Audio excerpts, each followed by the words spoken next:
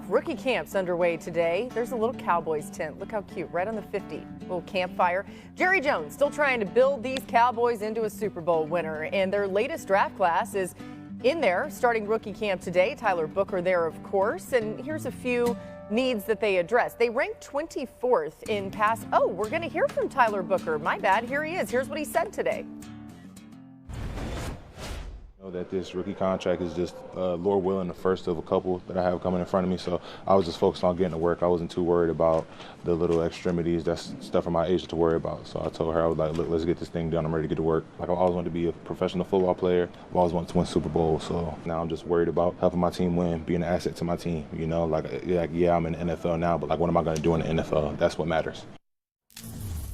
Honestly, his sound bites are amazing. Great person. All right, the Cowboys addressed some big team needs in the draft. They ranked 24th in pass block win rate last season, so they drafted Tyler Booker, the guard. With the loss of DeMarcus Lawrence, they drafted edge rusher Donovan Ezaraku, and they ranked second worst in opponents' yard per attempt last season, so they drafted cornerback Siobhan Ravel Jr. And they couldn't run the ball, so they drafted running back Jayden Blue. So there you go. I mean, that makes you feel good. But, Tim, did they do enough in the draft to address all of their issues? Yeah, no, they didn't. And like, in fairness to the Cowboys, because like you just outlined it great, Laura. Like, when you look at it, it's like, look, there were needs, and then look, and presumably they're drafting good players to fill in, you know, the void and the needs that they have there. Look, when you look at some teams, Cowboys would be one of them. I think there are a couple other teams. Patriots would be one of them. Like, one swing of the hammer is not going to fix it all. Like, it's not going to be one pass through free agency. It's not going to be one pass through the draft that all of a sudden you go, yep, we fixed it. You know, so, you know, some of the criticism of, well, you're going to get Dak a wide receiver. It's like, well, if you did get him a receiver, were you going to get him the left guard that you needed to get him? So, listen, I think the Cowboys did a good job. I don't think you can really ever fault them for the talent they bring in. I think they do a nice job of that. I just think we're a team with how things have kind of shaken out and where they are with their quarterback and his contract, that, look, you're going to have to be patient in terms of the turnaround. Yeah, Tim, Amari Cooper is still out there, a potential fill for that wide receiver 2 spot in Dallas. And I'm told there is at least some mutual interest between the player and the team on a reunion. Now, money will be the sticking point most likely. I'm told Dallas really doesn't want to spend a lot in remaining free agency. Amari Cooper's made almost $140 million, so yeah. I doubt he's going to take a minimum deal at this point. But look, they got the coming weeks and months, see if they can come to some sort of agreement. It looks like he's not going to re-sign in Buffalo. So I do expect Dallas to sort of comb that market, add at least one offensive piece at some point. Yeah, D-Wood, is Cooper enough to fill that number 2 spot in Dallas? Yeah, I mean, listen, he's getting up there in age. He's obviously, the Cowboys are very familiar with Amari Cooper, being that he played with the Dallas Cowboys. But listen, Laura, they need someone opposite CeeDee Lamb. It's just been like just barren at the number 2 receiver for the Dallas Cowboys, and it just makes it so much, you know, for opposing defense, makes it easier when you get to scheme up CeeDee Lamb when you don't have a threat opposite him. So whether it's Amari Cooper or or trade or something, they need to address that in order to get the most out of this passing game. Jeremy, where do things stand with Micah Parsons getting a new deal, by the way? Well, I'm told Dallas has not ramped up negotiations with Parsons' agent as of yet. So they plan to, they want to, they've essentially budgeted for this. They know what the market is. It's going to be well above $35, $40 million per year. But Dallas isn't comfortable waiting. We've seen that with Dak Prescott. He didn't get a deal done until September of last year. CeeDee Lamb late August. Trevon Diggs over the summer. So they're going to wait this out a little bit and see what shakes out. Time for one more thing. Earlier we had Panthers wide receiver Xavier Legette on. He was riding a horse in a Kentucky Derby, and so we made that happen for D-Wood because D-Wood wasn't sure if he could, but D-Wood, now you can, because we did it. It's amazing what you can see, what you can do. We didn't really, but great minds think alike. Exactly. Nothing like a good gray suit. Jeremy's got a lot of news insights. We got Tim Hasselbeck, Damian Woody with us throughout, and Jordan Reed is going to join us for his way too early 2026 mock draft, but I got to say it's never too early for that. Let's begin, though, in Green Bay. We're going to hear from rookie wideout Matthew Golden. Here's what he told Jordan Love when he reached out. He texted me literally right after I got drafted, you know, told me it's time to go to work, congratulated me, and just told me, you know, well, it's time to work, come here and work. What did you have to say to him? What do you have to say to him? Oh, I'm ready. Yeah, I'm ready. You know, I've been waiting for this moment my whole life, and you know, to be here, like I said, I'm gonna be present, but you know, I'm gonna let my presence be known. I'm gonna come in here and compete. He's so much fun. He was great in front of that home crowd at the draft in Green Bay. As we welcome in Rob Demovsky, of course, our Packers reporter who was there today. Rob, how do the Packers plan to use Golden?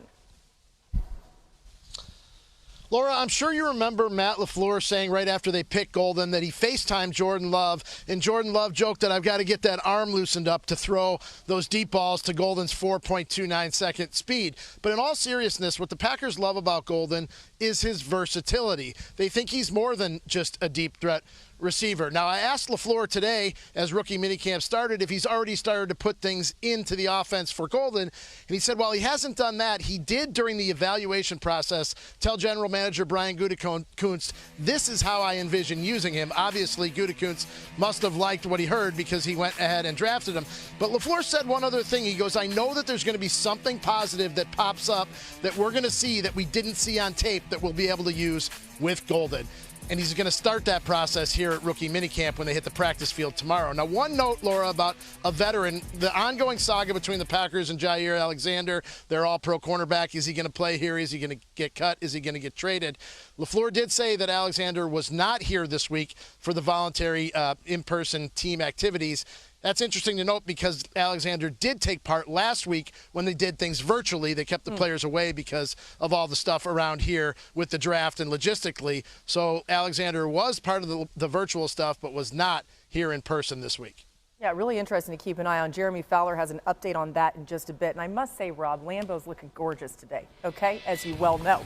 All right, the Packers have done their best to put solid pass catchers around Jordan Love over the last 4 drafts. They've taken 7 pass catchers in the first 3 rounds, 5 wide receivers and 2 tight ends. However, Matthew Golden is the first receiver they've drafted in the first round since 2002, and it's the first time they've taken 2 wide receivers in the first 3 rounds in the common draft era. Somebody's going to say, Aaron Rodgers saying, where was that when I was here? Anyway, Tim, a lot of receivers for Jordan Love. What do you think, though, specifically about the addition of Matthew Golden? I think it's great, you know, because he's super talented. I mean, just watch it, even the highlights that we were playing there. You see his speed, and I do think he's, you know, more versatile, as Rob Demovsky was, you know, kind of referring in terms of the optimism, you know, in Green Bay of what type of player he can be. And I would say, I actually think Green Bay has had a pretty good receiving core, especially when you factor in, you know, their tight ends and the way that they've played. And so, to me, it really wasn't this glaring area of need, other than to say some of these young, productive wide receivers that they've had, they've been injured. And so because of that, I think, you know, getting a dynamic player who's young, kind of build, you know, into the room, I think should be really exciting for Packers fans. And so, look, they did that, but they also did other things. They still, you know, addressed the offensive line in the 2nd and 7th round. Like, there are other things that they need to do, but I do believe the continuity in Green Bay and what they're building around Jordan Love, look, I think gives you a lot of optimism for how they're going to fare in the division. Yeah, listen, Tim brings up a lot of good points. That receiving core is going to be one of the best, one of the more young and dynamic receiving cores in the league. I think defensively, they've continued to add pieces there, and I think that defense needs to continue to elevate. But ultimately, this falls on Jordan Love. And when you talk about Jordan Love, you're talking about a guy who's immensely talented.